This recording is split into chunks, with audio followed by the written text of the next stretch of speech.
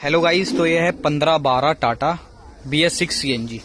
अब पहले क्या हुआ करता था ना, हेडलाइट, पार्किंग और इंडिकेटर के लिए ना फ्यूज हुआ करते थे। अगर मान लो इंडिकेटर की वायरिंग शॉर्ट हो जाती है तो फ्यूज उड़ जाता था और वायरिंग जलने से बच जाती थी। पर अब ऐसा नहीं है। मैं आपको अंदर का कंडीशन दिखाता हूँ।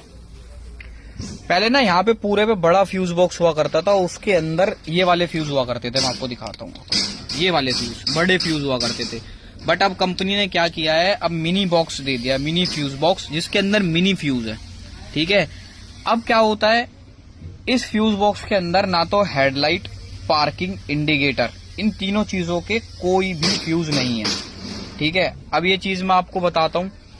अगर फ्यूज नहीं है तो बहुत सारे लोग ये सोच रहे होंगे, अगर यार वायरिंग शॉर्ट हो जाती है तो वायरिंग में तो आग लग जाएगी, क्योंकि फ्यूज तो है ही नहीं। और फ्यूज अगर नहीं है तो फिर इसका मतलब है कि वायरिंग आग पूरी पकड़ लेगी। ऐसा नहीं है। मैं आपको बताता हूँ, जब कंपनी कोई भी चीज इन्वेंट करती है ना, तो उससे उससे उससे पहले ना उसका सोल्यूशन निकाल लेती है। मैं आपको दिखाता हूँ उसका सोल्यूशन क्या है। ऐसा क्या है इसके अंदर। अब ये देखो, स्टेयरिंग के जस्ट नीचे क्लिच के पास में ये डिवाइस लगा हुआ है, vehicle electronic control unit, VECU। अब ये कंट्रोल यूनिट क्या करता है, आपका वाइपर, हेडलाइट, इंडिकेटर, पार्किंग, ये चार चीज को कंट्रोल करता है।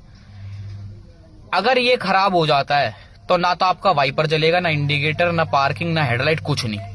अब दूसरी चीज, भाई ये कंट्रोल कैसे कर रहा है, मतलब कि अगर मान लो कोई वायरिंग कहीं से शॉर्ट हो जाती है, मान लो ये इंडिकेटर है, इसकी वायरिंग कहीं से शॉर्ट हो जाती है, तो वायरिंग में आग लगने से कैसे बचेगी।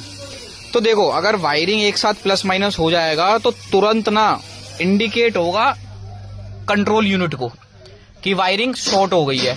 तो ये क्या करेगा, ये तुरंत कनेक्शन काट देगा। कनेक्शन जैसे ही काट देगा, सप्लाई बंद हो जाएगी और ये आग लगने से बचा देगा। ऐसा होता है हेडलाइट में।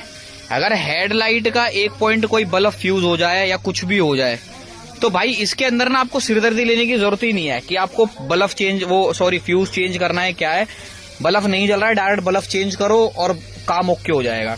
और दूसरी चीज, पार्किंग अगर कहीं से शॉर्ट हो जाती है, इसके अंदर एक खासियत है, अगर मान लो राइट साइड की पार्किंग शॉर्ट हो गई, तो भाई आप ना कितनी भी कोशिश कर लेना, पार्किंग दोबारा चालू नहीं होगी। चाहे आप चाबी काटना, कुछ भी करना, जब तक आप कटआउट बंद करके चालू नहीं करोगे, ये दोबारा पार्किंग को सप्लाई नहीं देगा।